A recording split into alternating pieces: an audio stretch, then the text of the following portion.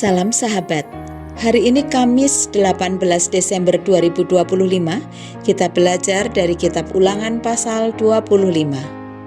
Ulangan pasal 25, demikianlah firman Tuhan. Apabila ada perselisihan di antara beberapa orang, lalu mereka pergi ke pengadilan, dan mereka diadili dengan dinyatakannya siapa yang benar dan siapa yang salah, maka jika orang yang bersalah itu layak dipukul, haruslah hakim menyuruh dia meniarap dan menyuruh orang memukuli dia di depannya dengan sejumlah dera setimpal dengan kesalahannya. 40 kali harus orang itu dipukuli, jangan lebih, supaya jangan saudaramu menjadi rendah di matamu, apabila ia dipukul lebih banyak lagi. Janganlah engkau memberangus mulut lembu yang sedang mengirik. Apabila orang-orang yang bersaudara tinggal bersama-sama dan seorang daripada mereka mati dengan tidak meninggalkan anak laki-laki, maka janganlah istri orang yang mati itu kawin dengan orang di luar lingkungan keluarganya.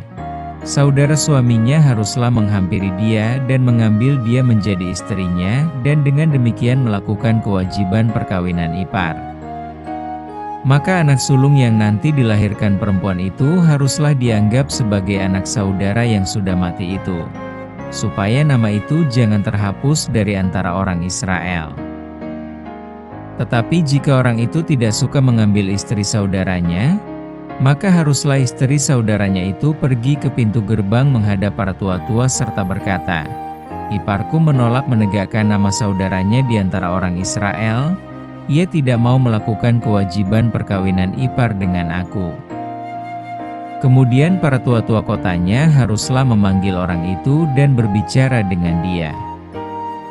Jika ia tetap berpendirian dengan mengatakan, "Aku tidak suka mengambil dia sebagai istri," maka haruslah istri saudaranya itu datang kepadanya di hadapan para tua-tua, menanggalkan kasut orang itu dari kakinya, meludahi mukanya sambil menyatakan, "Beginilah harus dilakukan kepada orang yang tidak mau membangun keturunan saudaranya." Dan di antara orang Israel namanya haruslah disebut, kaum yang kasutnya ditanggalkan orang. Apabila dua orang berkelahi dan istri yang seorang datang mendekat untuk menolong suaminya dari tangan orang yang memukulnya, dan perempuan itu mengulurkan tangannya dan menangkap kemaluan orang itu, maka haruslah kau potong tangan perempuan itu, janganlah engkau merasa sayang kepadanya. Janganlah ada di dalam pundi-pundimu dua macam batu timbangan, yang besar dan yang kecil. Janganlah ada di dalam rumahmu dua macam eva, yang besar dan yang kecil. Haruslah ada padamu batu timbangan yang utuh dan tepat. Haruslah ada padamu eva yang utuh dan tepat supaya lanjut umurmu di tanah yang diberikan kepadamu oleh Tuhan, Allahmu. Sebab setiap orang yang melakukan hal yang demikian, setiap orang yang berbuat curang, adalah kekejian bagi Tuhan, Allahmu. Ingatlah apa yang dilakukan orang Amalek kepadamu pada waktu perjalananmu keluar dari Mesir, bahwa engkau didatangi mereka di jalan dan semua orang lemah pada barisan belakangmu dihantam mereka, sedang engkau lelah dan lesu. Mereka tidak takut akan Allah. Maka apabila Tuhan, Allahmu, sudah mengaruniakan keamanan kepadamu daripada segala musuhmu di sekeliling, di negeri yang diberikan Tuhan, Allahmu, kepadamu untuk dimiliki sebagai milik pusaka, maka haruslah engkau menghapuskan ingatan kepada Amalek dari kolong langit. Janganlah lupa. Tema kita, kikis kecurangan, tegakkan kejujuran. Hampir setiap hari kita menemukan berita korupsi, penipuan, kecurangan, dan ketidakadilan lainnya di berbagai media.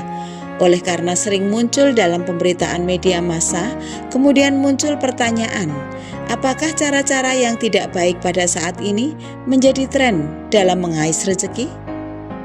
Teks ini memuat tentang keadilan dan kebenaran dalam menyelesaikan perselisihan, perihal mencari rezeki, tentang kewajiban melanjutkan keturunan bangsa Israel, dan tentang peringatan terhadap orang Amalek.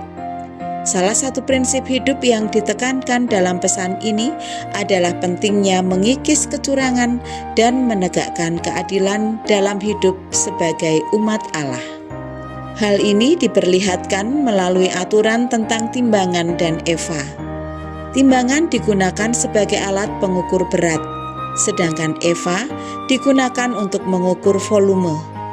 Dua alat ukur itu seringkali digunakan untuk berbuat curang demi memperoleh keuntungan sebanyak-banyaknya oleh pihak tertentu. Dalam hidup kita, bentuk kecurangan apa yang biasa kita lihat? Tampaknya ada kebiasaan curang yang sering dilakukan, bukan? Ternyata setiap profesi memiliki celah kecurangan sendiri-sendiri. Hal ini tentunya menegur gereja dan orang percaya agar mampu bertumbuh dalam kepekaan penuh belas kasihan terhadap jemaat dan lingkungan sekitar yang berkekurangan.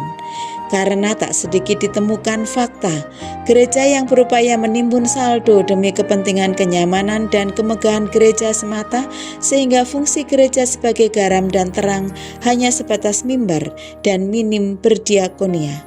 Mari kita terus mengikis sifat serakah dan selalu belajar untuk menumbuhkan dan mengembangkan kepekaan dan empati. Harus disadari bahwa belas kasihan akan selalu berjalan bersama dengan kepekaan dan empati. Mari kita berdoa. Terima kasih Bapa, pagi ini kami boleh bangun kembali dan kami melandasi hari ini dengan firman Tuhan. Terima kasih untuk pelajaran yang bisa kami dapatkan hari ini. Menghabiskan kebiasaan hidup curang dan menghidupi serta menegakkan kejujuran. Tolonglah kami bersikap jujur di setiap kesempatan hidup yang Tuhan berikan kepada kami. Bapa di surga, berkatilah kami hari ini untuk dapat berjalan seturut dengan kehendak-Mu, untuk mampu mengerjakan setiap pekerjaan kami dengan cinta kasih Tuhan. Ampunilah dosa-dosa kami, di dalam nama Tuhan Yesus Kristus kami berdoa. Amin.